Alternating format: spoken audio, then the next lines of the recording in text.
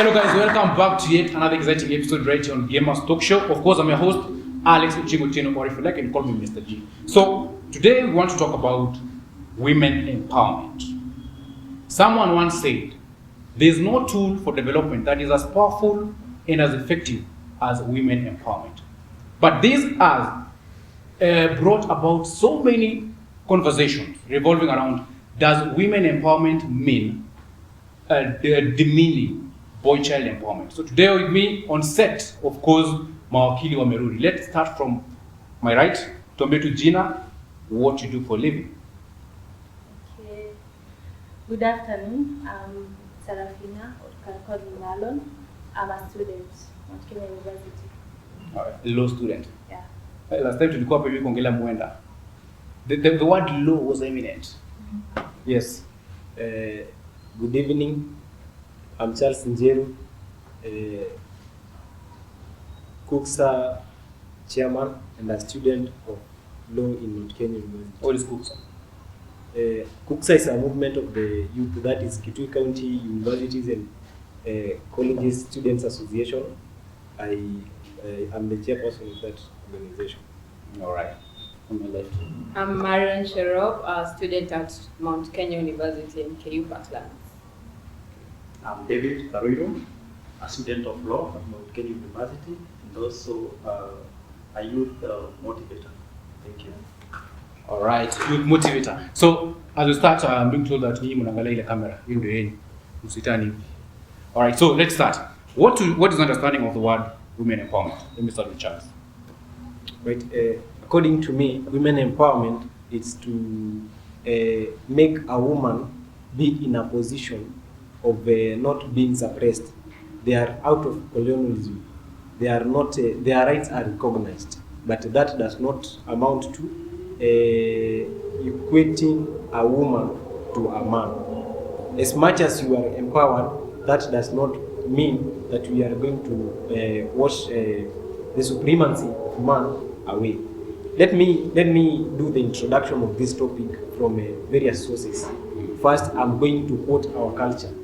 We cannot afford to modernize everything. We are watching a lot of soaps. There is a lot of influence from the Western community. But Western community, it's Western community.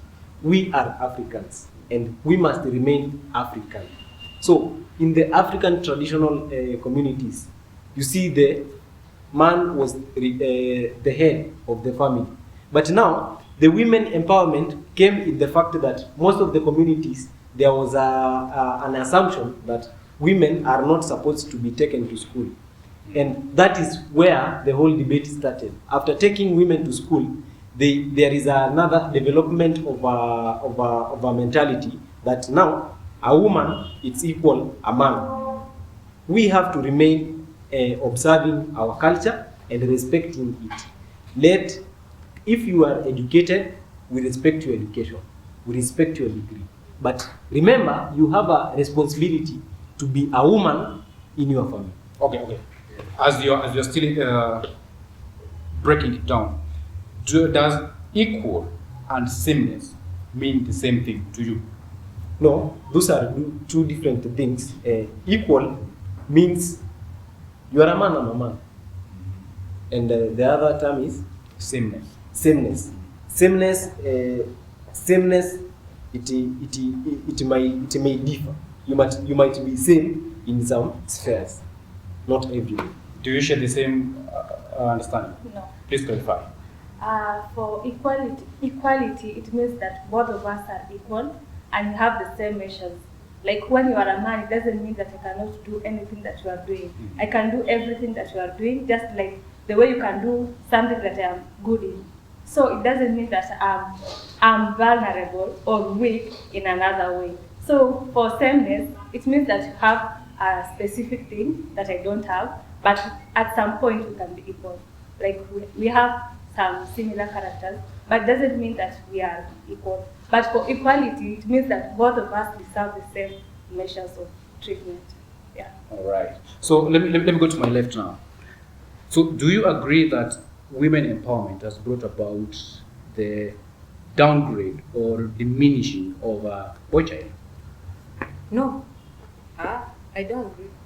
Mm. Women empowerment imeleta wanawake to the same level kama wanaume.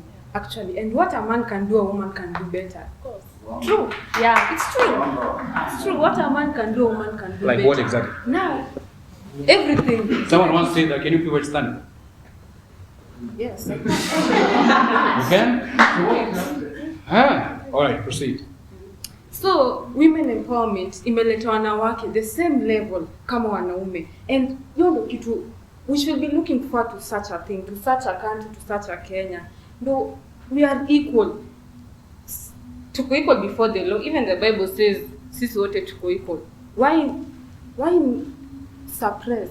Kupeleka women chini and then ujieke. Yes, kitambo alikuwa anasema wanaume ndo the head of the family. Man, tuko another level. We are developing as a country. Yeah. Your notion tushamalizana nayo. Yes. Okay, so let me ask you a question. So unasema women empowerment has brought women on the same level as men. Yeah. And that's why I asked Charles whether equality and sameness mean the same thing.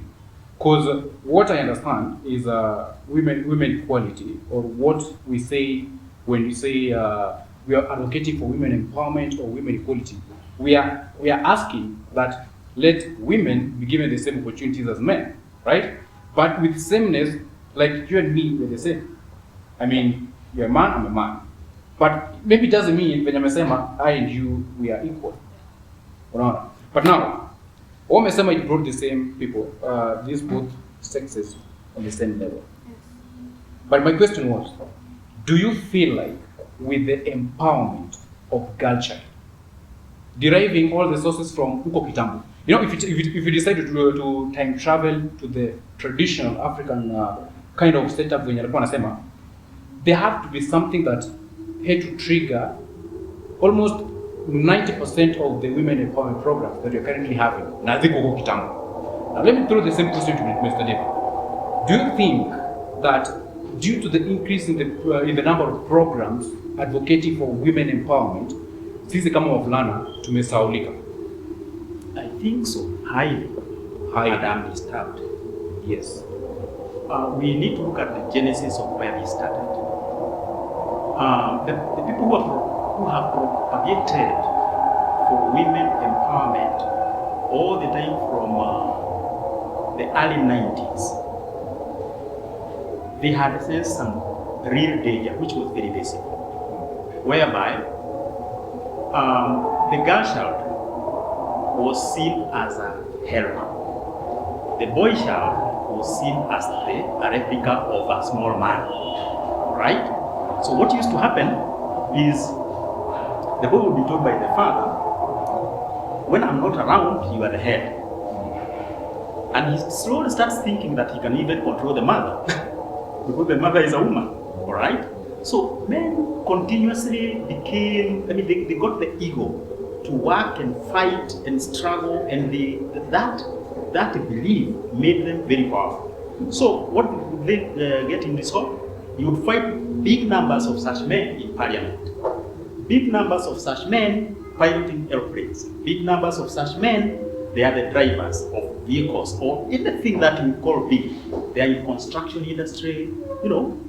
Then, but you know, in a family, when I'm giving birth and I'm a parent,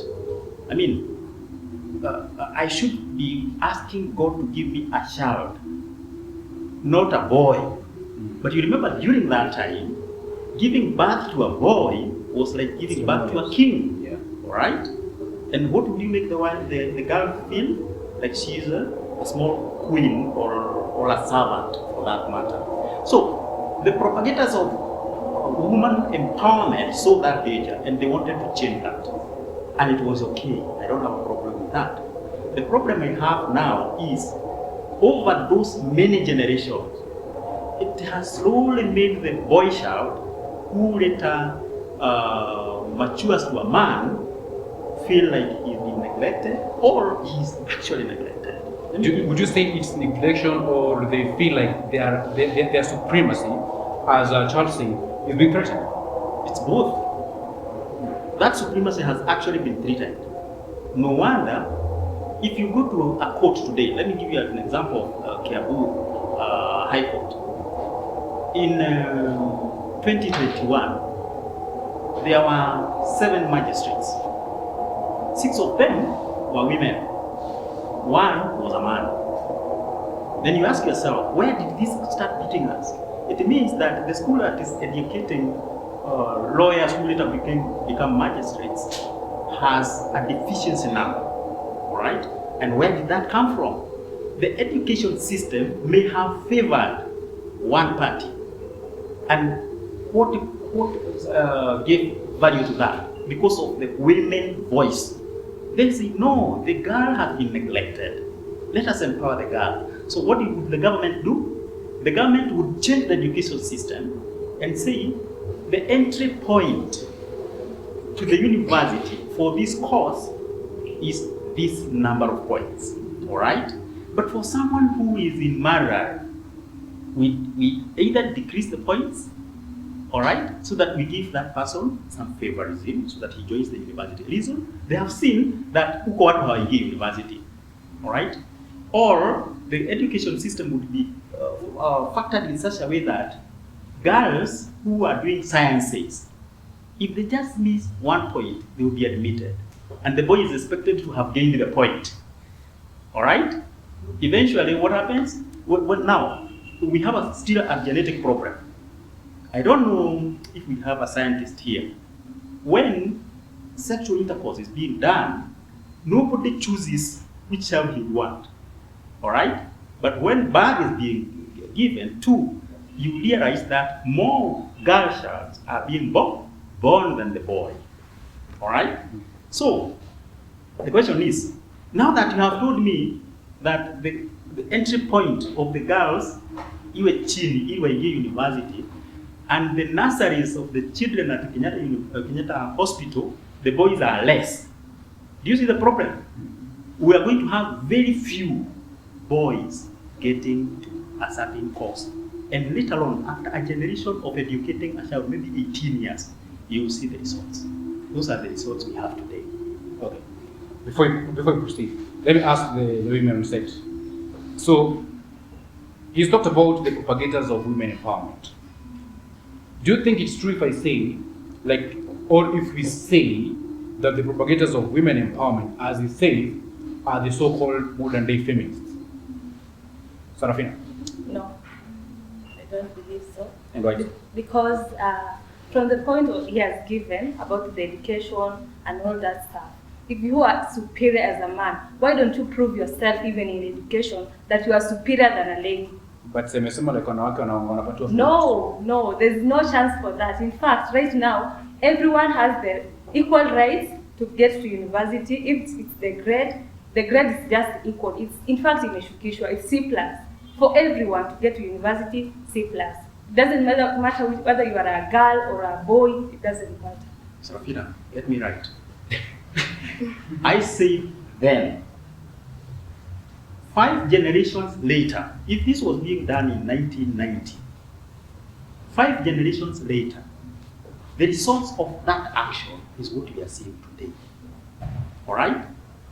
So it is true, and I'm telling you it's true because I live a result of such a problem.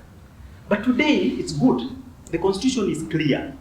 A boy gets the same right with a girl. But is that the reality on the ground? Mm-hmm. I'm asking you. Yes, the reality. So using the same scripts, Right now it's the reality, but we can say earlier on it was different from now. Like right now everything is just set, we are equal, it doesn't matter your gender. Yeah. So why do we have so many women in the legal profession? Like I gave an example of Kiambu, but we have so many men in prison. Men are lazy. They don't want to study law. They don't want to take that risk of being in school for all that years. You see, like, it's not about our problem. It's not our problem being in law school. That's not our issue. No. The issue is, why don't you show your superiority? Sarafina, someone has been singing a song that the girl must be empowered, and the boy has been listening to that song. So the boy feels, oh, let them take her. The boy now goes to. In most cases, when you bring up this conversation of women empowerment, we always tend to align our thoughts or arguments in education. As in, we have social platforms, we have political platforms. Why are we not talking about all this? Let me talk to Charles. Yeah, I want to, let's be fair and let's be logical. If you are saying, and I want to pose a question to my good sisters. Are we talking about equality when it comes to sharing of resources? And we are talking about being a man when it comes to assuming of responsibilities. My question, I will proceed. Today, we have 47 women in the National Assembly who are representing the women. Women representative, that is a seat that has been preserved specifically for the women. Not for, I cannot vie for a women rep. Why? Because I am a man. So if you are a woman, you are privileged. At the same time, they have a share in the MP. They have a share in the governor. They have a share in the senator. So this person has been overrepresented. And yet, we are talking about equality.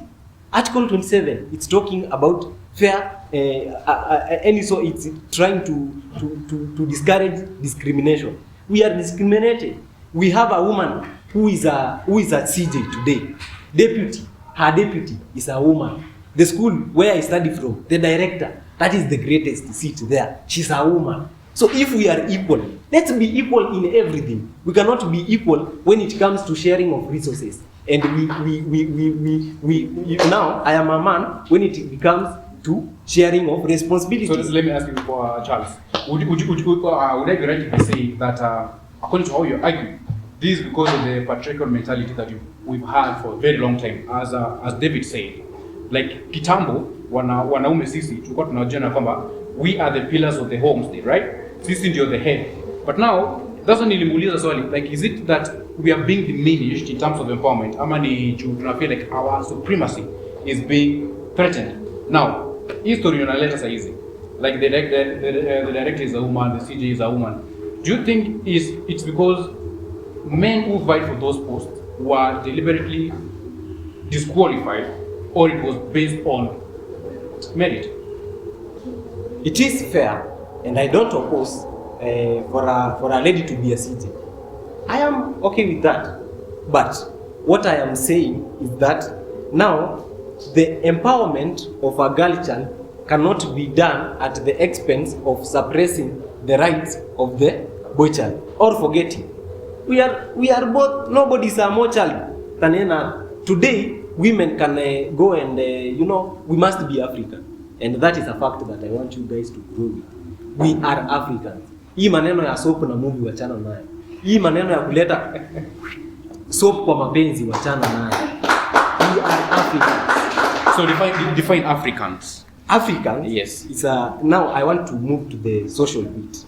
I am not against, I myself, I don't want to marry an illiterate woman. I don't want. But you have gone to school. You have your studies. But when it comes to home chores, seriously, you want me to wash dishes? No. Serious? No. It can't work that way. If you are a woman, you are the one who knows that my house needs a curtain. My house needs you just tell me, I need a white tile. Decorated this way. Then it is my responsibility as a man to make sure that you have gotten that. All right, hold to that one. Let me ask her. He's saying, as a man, do you expect him to work, to do dishes? As a woman, do you expect to pay bills to a man who calls himself your husband? Lipa rent, patie fuel, patie chakula, nunulie nguo. Would you be comfortable with that as a woman? No, I won't be comfortable with that. Sharing of responsibilities. Now she's a woman. But you don't have to do dishes, no? Now she's a woman. Now we are sharing responsibilities. She's a woman. Okay, let's give her time. But washing utensils, what will happen if you wash your utensils? What will happen if you pay school fees for your children? I can't pay school fees for children. I I can pay school fees. Of course. Actually, it is what is going on these days. Women are paying school fees for their children. Women are actually doing a lot. Women empowerment helped women realize what they can do it helped women realize their potential and they flourished. We are mwanamke, CJ ni mwanamke juu she qualified, not because ati alichaguliwa juu ni mwanamke wanaume wakaachwa. She qualified, she had the qualification to get that post. So the director is a woman because she qualified. So Marion, before I don't cut you short. So you are okay if we today we just go and abolish the women representative seat and we have MPs because we have governors who are women, right? Yes. That seat is unreasonable. We are equal. If you are qualified, can you campaign for yourself, gain the votes, go to parliament as an MP, not as a women rep. We are equal. Just, it's true. At women, the seat for women representatives just, I don't even know it's there. That is the truth because women have the capacity. They even have everything. They are given everything. They have the same rights as a man to go and campaign, to go and do everything. So yes, in fact, it's wasting a lot of money. Actually, they are being paid a lot of money which could be used somewhere else. Wonderful. It is true. But you cannot say that. No. But you cannot say ati director wetu ni mwanamke, CJ ni mwanamke. It's fine. I'm saying we don't have a problem. We don't have a problem. To be honest, I'm a parent of two boys and one girl. Now, and I would want to empower both. Okay, so whether it's my empowerment from my house or empowerment coming from taxation, revenues and the like, both, because they are children. Actually, I'm putting brief for God and the government. So, me being a man, wacha tuache na watoto sasa, because watoto tumesema they can rely on me or on the government. Now, me being a man, I don't want to hear that song that is making me feel inferior or making me feel disadvantaged. If the Kenya Revenue Authority, when it is doing taxation, it is 16% across board to everyone. Okay, so the taxation we pay, it comes from either a man or a woman. It should go to a boy and a girl, all right? Level. Now, he's right. So those preferences, if they were meant to empower the woman when the woman was weakened, it was okay then. The goal has been achieved. Today we are living in a different first world. That Boychild has realized that he was neglected, he wants to wake up. The girl child has realized that she has been empowered, she wants to help even the Boychild. Reason, she's also giving birth to the boy. Let me fire a direct question to you, Mr. David. Yes. You're saying that the Boychild has realized that they are being neglected. Now it's time they feel like they need to wake up. Yes. At what time did they realize they were being neglected? Since you say that kitambo walikuwa wanapiga kifua, we are the head of the family, we are the head of everything. Now, at what time did the rain start beating them? Past the 20th century. The moment you hear the talk that these two councils have, that, well, everybody can do everything. But when it becomes to heavy responsibility, someone wants to show you, you ni mwanaume. Let me give a scenario, and you tell me who is the boss. If tax broke into your compound at night, and you are sleeping close to your wife, what happens? Na umesikia tu, bibi kwanza ndiye amesikia kwanza. We have intruders. Mabibi tujibu hii swali. Mario. What happens? When you umesikia kwanza, we have intruders in the compound. Nature, mtakuamsha according to nature. I like that. That is the truth. Nature. So nature by default inaweka wanaume juu ya wanawake kiplan. when You there have is muscles. You don't have muscles. Sasa, hao ndo wanaweza fight. you So- are equal. For Okay. me, that's not an issue Yes. because we have women in army, or physical police stations, kwa manini, so they can also get out and deal with the problem. Good, wonderful. Now, me and you are senior army officers, but man and wife married. There are thugs in the compound. No problem. I'll So- just get out and leave you sleeping. The truth is, you know your husband, Daddy, nimesikia kitu. Isn't it? Push kwa hii spotlight, check. Isn't it? That is natural. Okay? Then I go there, check, it's nothing. Napita kwa nyumba na lock, mwambie sweetie. Ndo kitu zinabaki. But I saw nothing. So who is the boss? The woman. The boss, of course, you are the head of the house. and The not woman is the boss man. in this case. True, I agree with you. Look at it this way. It is Why? you giving instructions. It's you telling me, go check the thug, and if you fight them, die with them. And come back. When I come back, I report to you. They are not there. They are not there. Okay? Tulale. You still telling us tulale. So, what are we saying? That even the man has gotten intoxicated by the song and the repeated message that will let us empower the girl child. And I said, I don't have a problem with empowering the girl child. It is okay, it is good. What I'm requesting and calling every other person, because you have a boy who is your brother in the compound, in your house, you have a son, okay? You have a brother, you have a son, you have a colleague who is a man. Don't fight to kill the girl child because he's empowered. Let us work hard to uplift the boy child so that they are level. As So the let me ask you Constitution something. demands. Let me ask this question now that you brought that up to the two women. Of course, from what I'm hearing from Charles to David, it's yes, they're okay with women empowerment, right? And I bet you also are okay with women empowerment. But now, what are some of the programs that you, as Sarafina, you as Maru, you'd suggest to be included for Boychild empowerment? Kama saa hizi tu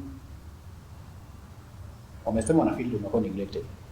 Ni nini unaweza tufanyia saa hizi tu feel tuko empowered pia tujazo nyuma? Okay.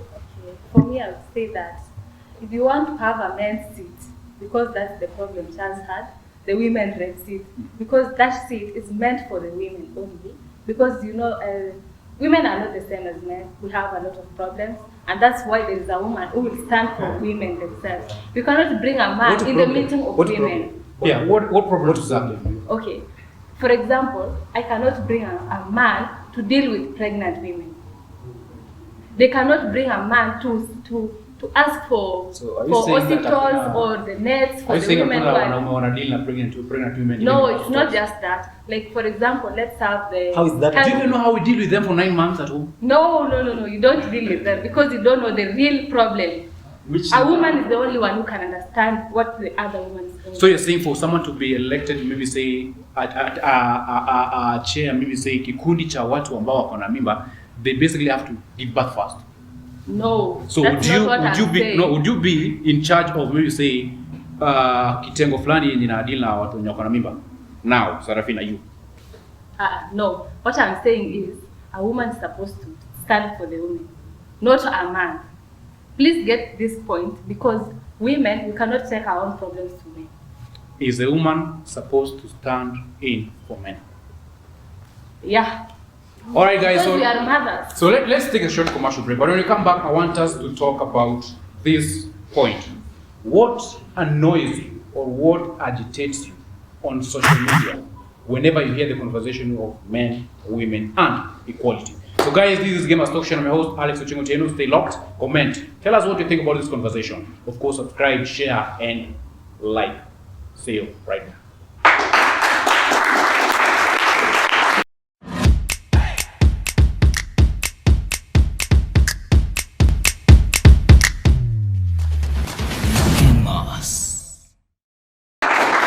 Alright guys, so welcome back to this exciting episode where we're talking about have women empowerment led to diminishing of boy child? Now before tuende break, Sarafina alikuwa anasema kwamba the seat ya women representative must not be abolished. Charles naye akasema it should. Hapo alisema it shall be. It shall. Shall means must. That's when anasema shall. Yes. So it's a compulsory. Yes. So tuanze tu hapa pole pole. Wamesema ati a woman must be there because of issues that zina affect wanawake, yeye anaweza tackle vizuri. Na kwa tupate example ya mama kona mimba. Na nikakuuliza sisi ambao tunakaa na hawa wanawake kwa nyumba for 9 months kama wako pregnant. You have to say that sisi kama wanaume tuwezi take care of these women. Okay, you can, but not as much as the woman can take care of the other one. Because they understand the pain and everything in wanaenda through. That's why nimetumia example. I can also use another example. Yeah, let's say for girls in school, they need sanitary towels. They need a woman who will understand that one undergo that challenge so that they will be able to be provided for. That's what I meant. Oh. Yeah. Oh. Now, acha tuulize hii swali simple. What is that one thing that you feel like men understand better when it comes to dealing with women? Okay, feelings. Mechi. Yeah, mechi tu. Not Mawakili kumbe hivi mnajua mechi. Not mechi, like I mean, Just like feelings mechi. when the woman is down, maybe that time wanaweza bembeleza hivyo hivyo. Yeah. Si mambo ya mechi. Let's pray to Mr. David. What is that one thing that you think we men understand better when it comes to dealing with women? You have talk about their pregnancy. You know, man has the wiring of a man when he's faced with a woman is that he's supposed to take care of care. And this has nothing to do with what we've constantly been hearing. It's nothing to do with money. Because, you know, actually money... But empowerment has brought money. Money is a need, necessity. It's a necessity, but you know, it's a tool to get where we are going. We're supposed to use money to get where we are going. So the sole purpose of a man looking for a woman as a companion, it's not to feed that woman. She can feed herself. Can you? Yes. It's not sinunulie nyumba, kamulu, ununulie gari, kanjeno. Those are tools to get to the real reason why this companionship has been consummated. And what is the real reason? Biblically, God simply said, I'm bringing you a helper. Okay? Which means that this man must have been doing other things and God possibly realized anachoka. Alright? I'm a colonly. I compare companion. There was no trade there for your garden. Huku na mambo ya kuleta nyanya, unanipea shilingi 5 hivyo. So there was no money. So I think we've lost the concept of companionship because of monetizing life, maybe because we are capitalist nation, etc. The sole purpose is I'm supposed to have a companion. So because this companion will require me either to help her when she is vulnerable, especially so for example when she is expecting, I will need some money to help me be capable to assist her. So Mr. David, yes. Are you finally accepting that what these young ladies have been saying out here, that pesa ni muhimu kwa relationship? Are you confirming that it is true? Pesa sio muhimu kwa relationship. But now you want to help her when yes. she's pregnant, but now you need money. You know, even when I don't have that money, I can help her. How? Oh. Tukiwa tumelala na uko pregnant. What do I need the money in the bedroom for? Or in the bed for? No, ameanza kuumwa pale muchkae anataka kulia hospitali. Pasa bwana. Pasa yezi kuponyesha. You need the money to go to the hospital when you check. Unajua pregnancy is not a disease. It's not a disease, but others feel the pain is so extreme you cannot even understand. Nasikia wengine Women are the only one who can understand that. What pain now? So like uchungu mingi sana. When you are giving birth, I will tell a doctor to manage you because I'm not trained in managing that. then You the use doctor will money. ask for money. Of course. All right. So if you are on bed in a hospital bed and you have $1 million in the bank, itakusaidia aje? Wewe sasa, the pregnant lady, it can't help you. How? How will it help you? You don't even know We where were you are. talking You are about in so much equality. pain. So me who is available, okay, na pesa kidogo, nitapia daktari because of the care I have for this lady, and it is that care that made us gang up as a couple. I can work hard to make sure that this pain is less. Okay. All right. Okay. So let's go. What is that one thing that makes you mad and agitated wherever you come across any post talk about equality, talk about men and women? What is that mad on social media? On social media, yeah. Kuna hii ukiona mwanamke anaendesha gari kubwa kwa barabara and then people are like, guy, mwanamke anaendesha gari kubwa. It's like, kwani mwanamke anaendesha gari kubwa? Can't a woman drive a big car?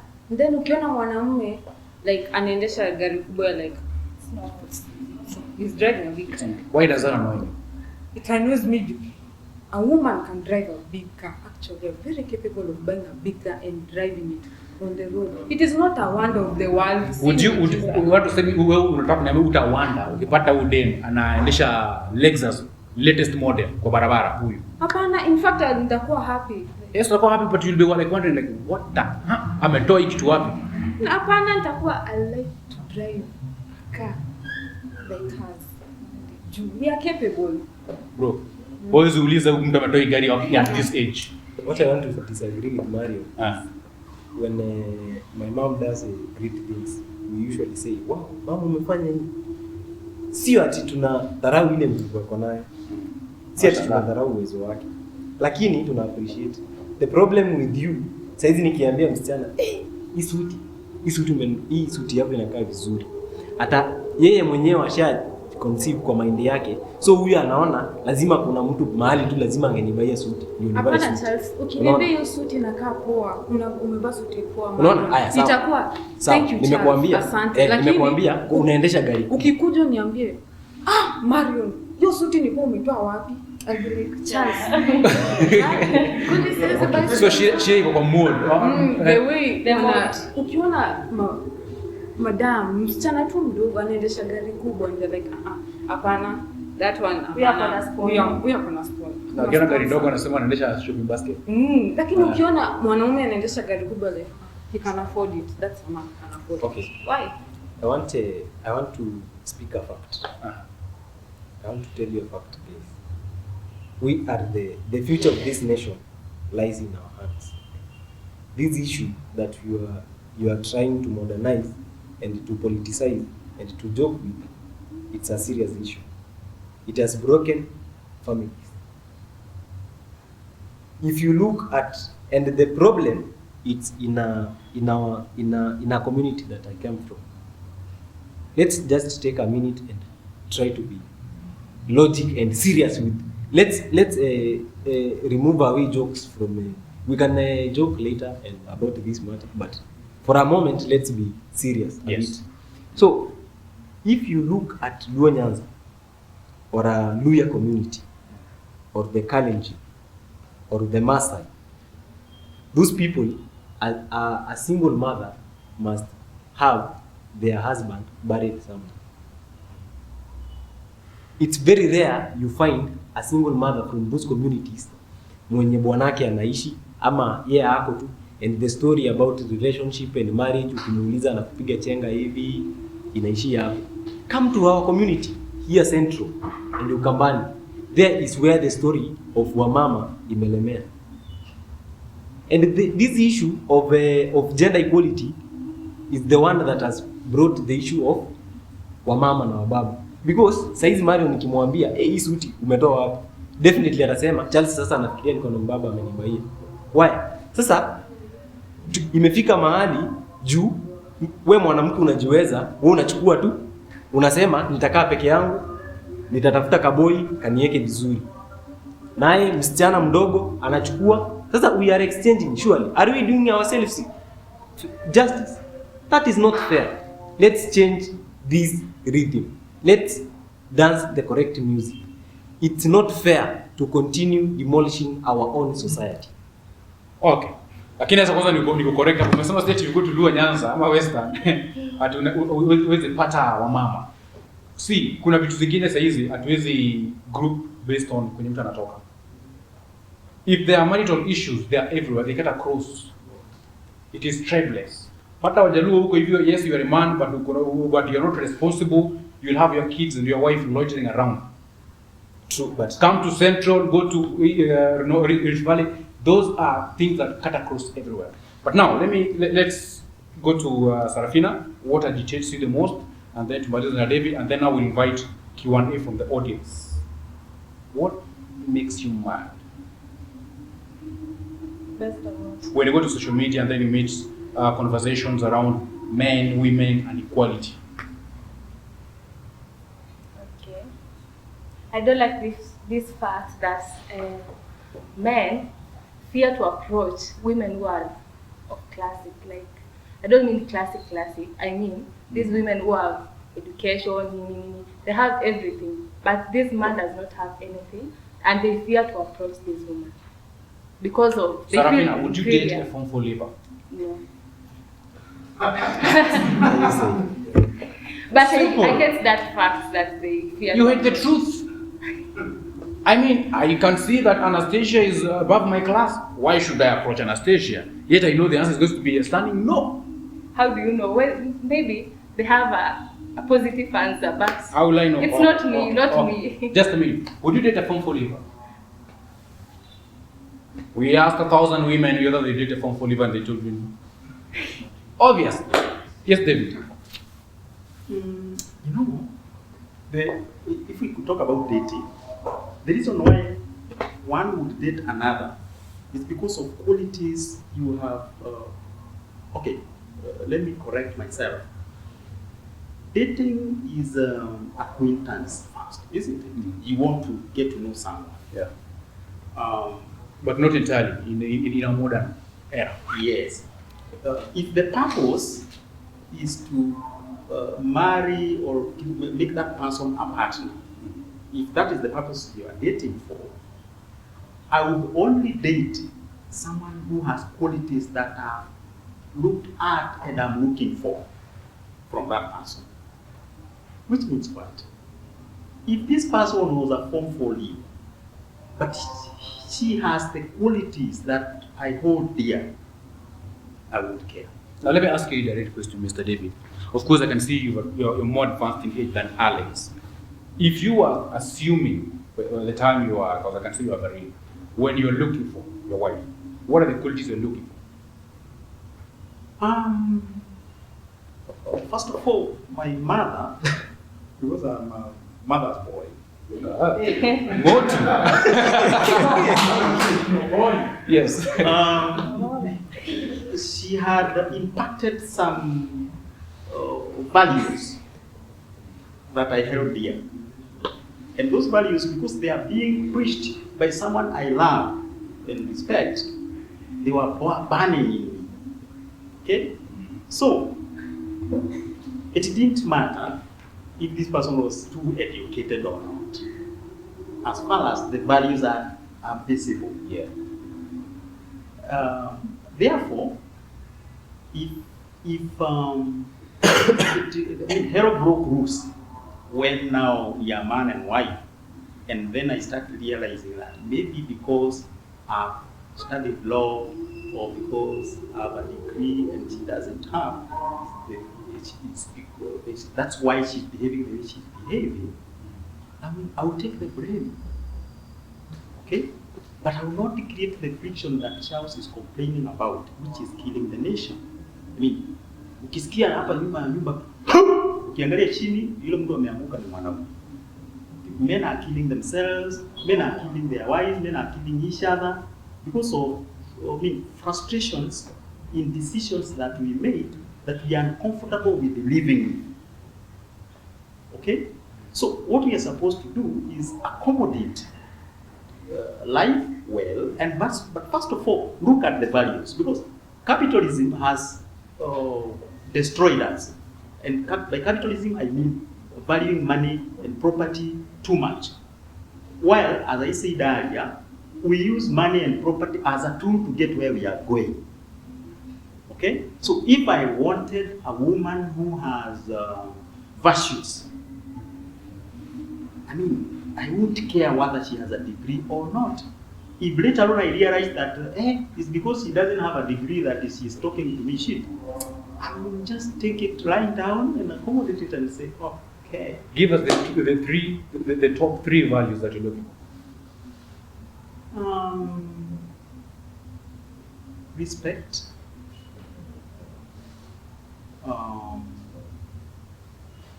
First of all, companionship most. Because, you know, okay, at my age, you don't want to feel lonely, yeah? And you want to be near a person who can care for you or you can care for. Another thing, of course, is faithfulness, because we don't want, I don't want a partner who is beside you, but is being influenced by those things that I talked to about. I really wish we invite you next time when we talk about relationship, because I can feel like there are so many issues that are kind of okay, that they're not related, in the opposite. For example, in Mukuliza top 3, because I need to know. You talk about respect, companionship, and faithfulness. So easy if we bring maybe say 50 young men here, and then we ask them, what are you looking for in a man? Let's have a chance. Top 3. Top 3. Mm-hmm. Qualities that you're looking for in a woman. Number 1, respect. Number 2, be a person of taking instructions. Mm-hmm. Number 3, hardworking and supportive. What should you be looking for? Respect, hardworking, and faith. What should you be looking for? Loyalty, respect, and hard work. So you guys don't like tall, dark, handsome, and financially stable. All right, so guys, we have like 2 minutes to take whichever question. Let me start with Anastasia. Karibu katika kiti nyekundu.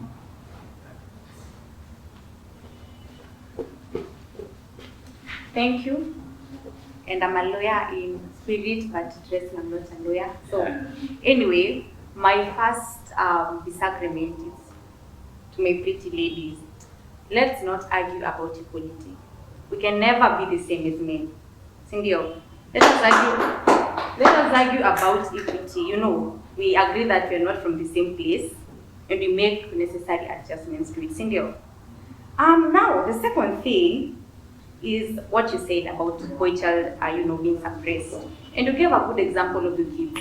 You cannot squeeze what you don't have. You cannot squeeze the characteristics of a lady to empower your girl child.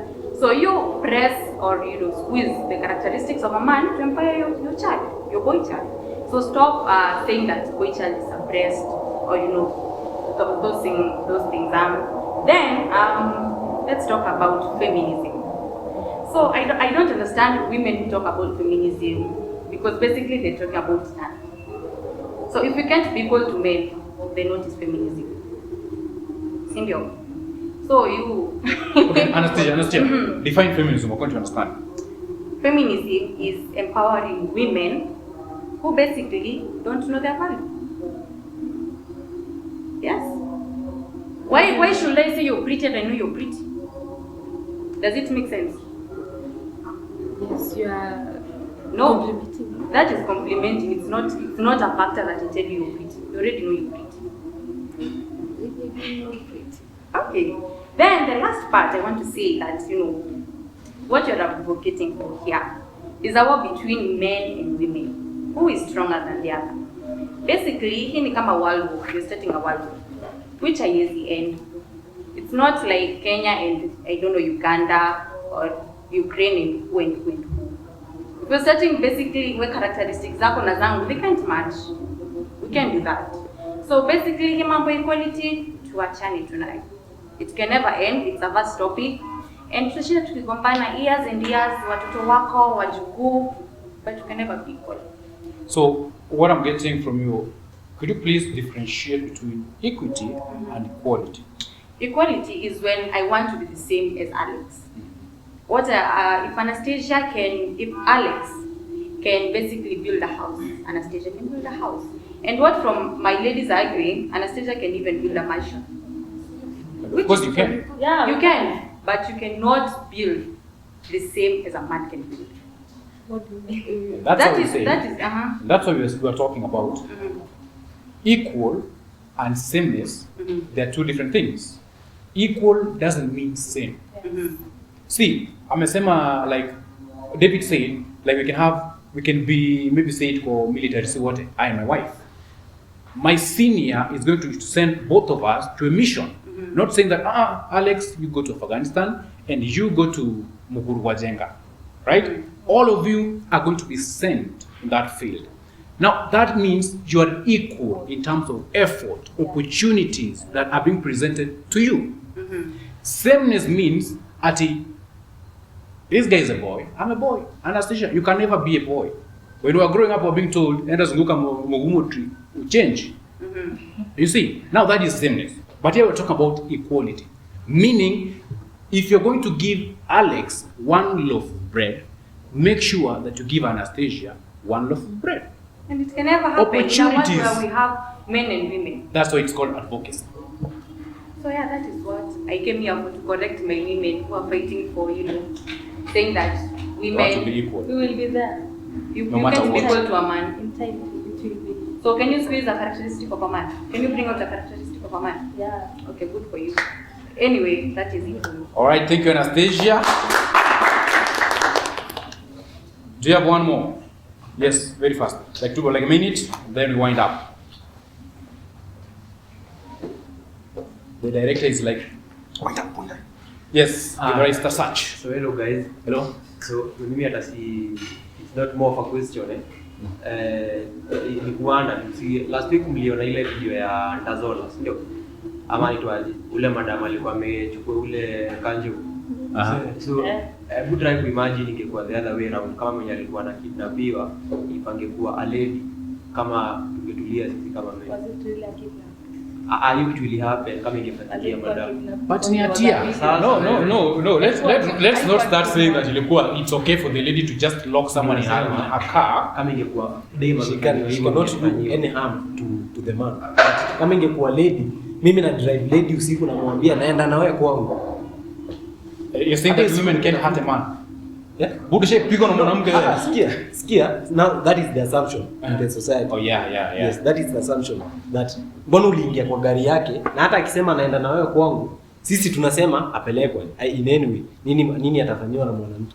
Lakini wewe jaribu uende uwekelee simu hapa TikTok unaambia mwanamke leo naenda na wewe kwangu. So what's your argument? You feel like wanaume wanachukuliwa more serious when it comes to, okay, that's why you're saying that wanaume wamejaa jela. So you kind of feel like when it comes to such kind of cases wanaume wamekuwa sana. Mina feel ingekuwa the other way around. Sasa ikiwe ni a man anafanyia a lady city council hivyo, ungeona organizations mingi sana za madem zimeamka hiyo kesho yake asubuhi. Au sijui women of gender au sijui wa wapi, women of gender. Si ni kweli ama ni uongo? But nini mbaya support mzee? Atuseme hivyo. Ni makosa, sisi tuna appreciate that. Yeye alifanya makosa kuingia kwa gari yangu. I like the honest. Sisi tunasema nyingi. Sasa we are saying sisi hatuwezi simama na mwanaume. You can stand with your man the way you Sawa want. basi. If you want to tetea, you Equality. price mungeenda ku protest against that. Fairness. So are you saying that men should stand with men? No, Women stand with this is women. what Matanga ya I- wanawake ni ya because wanawake. He brought up the issue of Sawa. us, like kama ingekuwa opposite tungesimama na mwanamke. Now why are you not standing up for that man? As men. Fida. Why? Fida is for women. Do we have any organization that supports Boychild? Why don't you make one?